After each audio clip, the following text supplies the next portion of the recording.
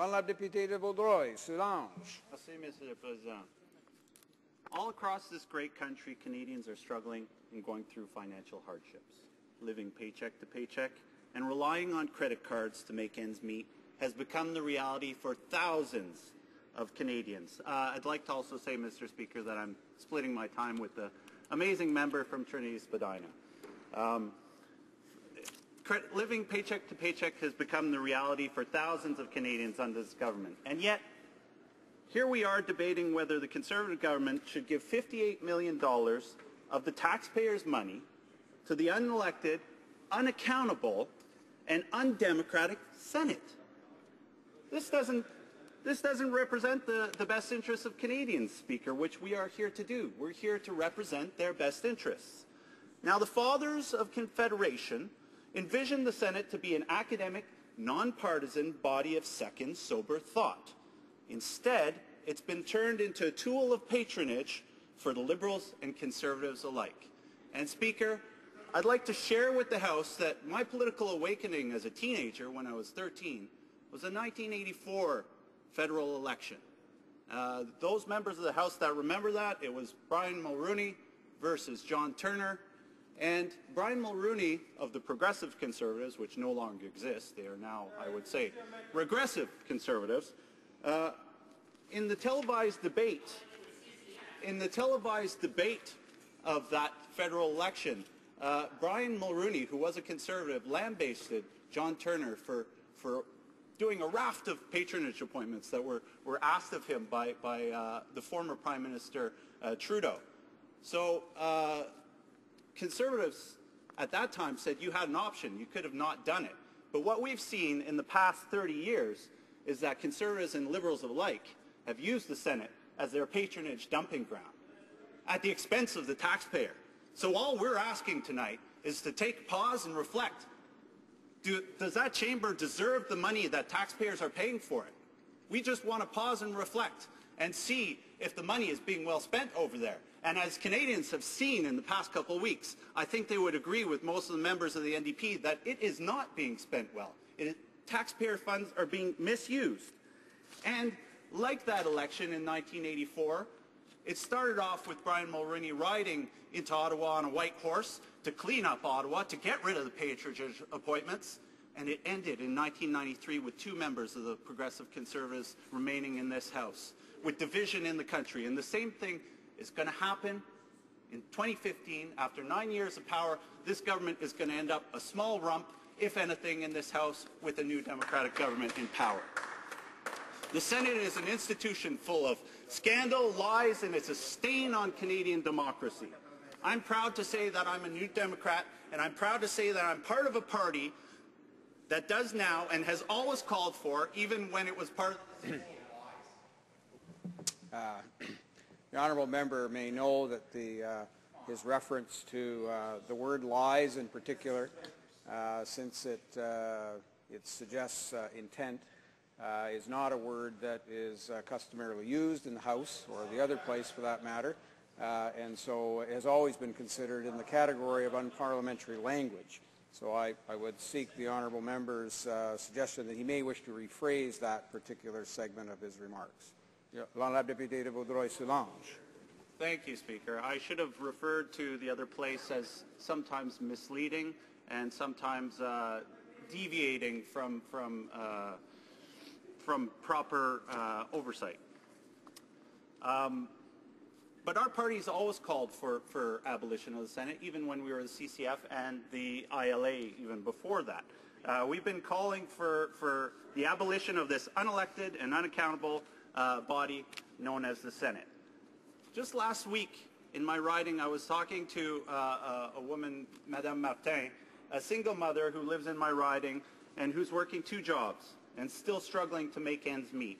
Her difficulties are hard, but sadly not unique to Canadians. From coast to coast to coast, Canadians are struggling in this economic climate. And what is this government doing to help Canadians? What are they doing to help lower unemployment rates? And what is this government doing to help Ms. Martin spend less time worrying about how she will pay her bills, but spend more time at home with her children? Instead of fixing these problems, the Prime Minister and this Conservative government are writing a check for $58 million to the unelected, unaccountable senators who work on average just 71 days a year. It doesn't make sense, Speaker. Okay, they're not giving enough for hardworking Canadians to collect EI when they need it, but Mr. Speaker, they do have enough to give to the Senate to give them a nice salary and pension. So the Conservative government, like their Liberal predecessors, would rather protect their party bagmen, party hacks, and failed candidates in the Senate than protect the thousands of Canadians who are struggling every day. At its purest form, the Senate is a place for senators to come together and represent and fight for their constituents. As we can see, this noble cause is lost in the upper chamber.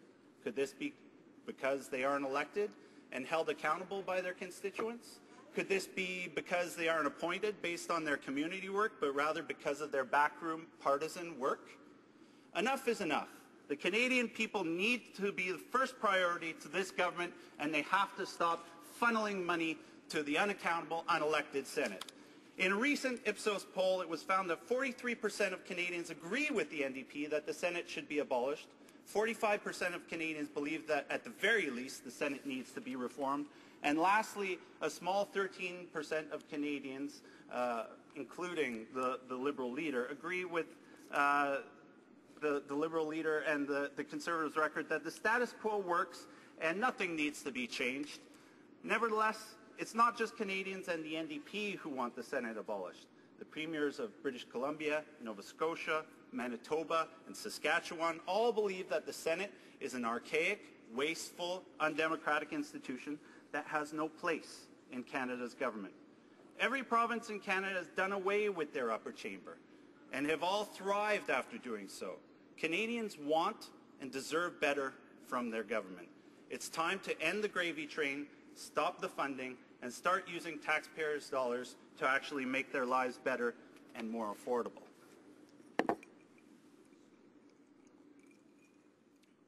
Can you tell me when I have 1 minute, Speaker? Thank you. Et ce ne sont pas seulement les Canadiens qui savent qu'il y a quelque chose qui ne tourne pas rond avec le Sénat. Le Premier ministre avait promis pendant sa campagne électorale en 2005 de réformer le Sénat afin qu'il soit égal, élu et efficace. Si c'était à refaire, il ajoutera probablement éthique à la liste. Il a oublié la 4e E. Qu'est-ce que les conservateurs ont fait pendant ces 7 années au pouvoir? Ils ont proposé différents projets de loi qui n'ont jamais abouti, qui n'ont jamais figuré au haut de la liste des priorités. Pire encore, alors que le Premier ministre avait lui-même promis de ne pas nommer des sénateurs, il en a nommé 59 depuis son élection, établissant un nouveau record dans l'histoire du Canada. Non seulement ils n'ont pas tenu leurs promesses, mais le Premier ministre et les conservateurs ont continué dans la tradition des libéraux en se servant du Sénat comme une machine à récompense pour les fidèles du parti. On peut penser à la nomination de candidats déchus comme José Werner ou Larry Smith, ou encore à la nomination des amis du Parti conservateur comme Irving Gerstein, Judith Seidman, Donald Plett ou David Bradley. David Bradley, qui, avant sa nomination au Sénat, a fait des dons au Parti conservateur et au Premier ministre totalisant 86 000 $. Le NPD dénonce ces pratiques depuis toujours. On était contre cette institution archaïque et antidémocratique à l'époque des libéraux qui agissaient de la même manière que font les conservateurs présentement. Ce n'est pas étonnant que leur chef du Parti libéral soit contre l'abolition du Sénat. On a juste à regarder tous les sénateurs libéraux qui profitent de cette institution. David Smith, James Cowan, Fernand Robichaud, Grant Mitchell, tous les amis du parti. Tous à profiter de l'argent des Canadiens pour aller tranquillement faire campagne avec de l'argent public, alors qu'ils sont censés travailler justement pour qu'on utilise mieux l'argent des contribuables. Puis, quand on parle d'utiliser mieux l'argent des contribuables, j'ai des maires, 23 maires et mairesses dans ma région, qui sont peu payés. Ils travaillent arrache-pied Géraldine Kennel, Marc Roy, Marie-Claude Nichols, Guy Pilon, Robert Grimado, Yvan Cardinal, Mike Elliott, Manon Trudel, Robert Sauvé, Maryse Sauvé, Marc-André Léger, Réal Boisvert, Jean-Pierre Daou, Réal Brazo, Patrick Boussez, Nicole Loisel, Jean-Yves Poirier, Yvon Berriot, Gaétane Legault, Patricia Domingos, Aline Guillotte, Jean Lalonde, puis Claude Pilon. Puis moi, personnellement, j'aimerais mieux voir cette somme d'argent, les millions de dollars, donnés aux élus qui font leur travail comme il faut, qui travaillent arrache-pied pour représenter ma région, au lieu de donner à des sénateurs qui font rien. Merci. Questions and comments?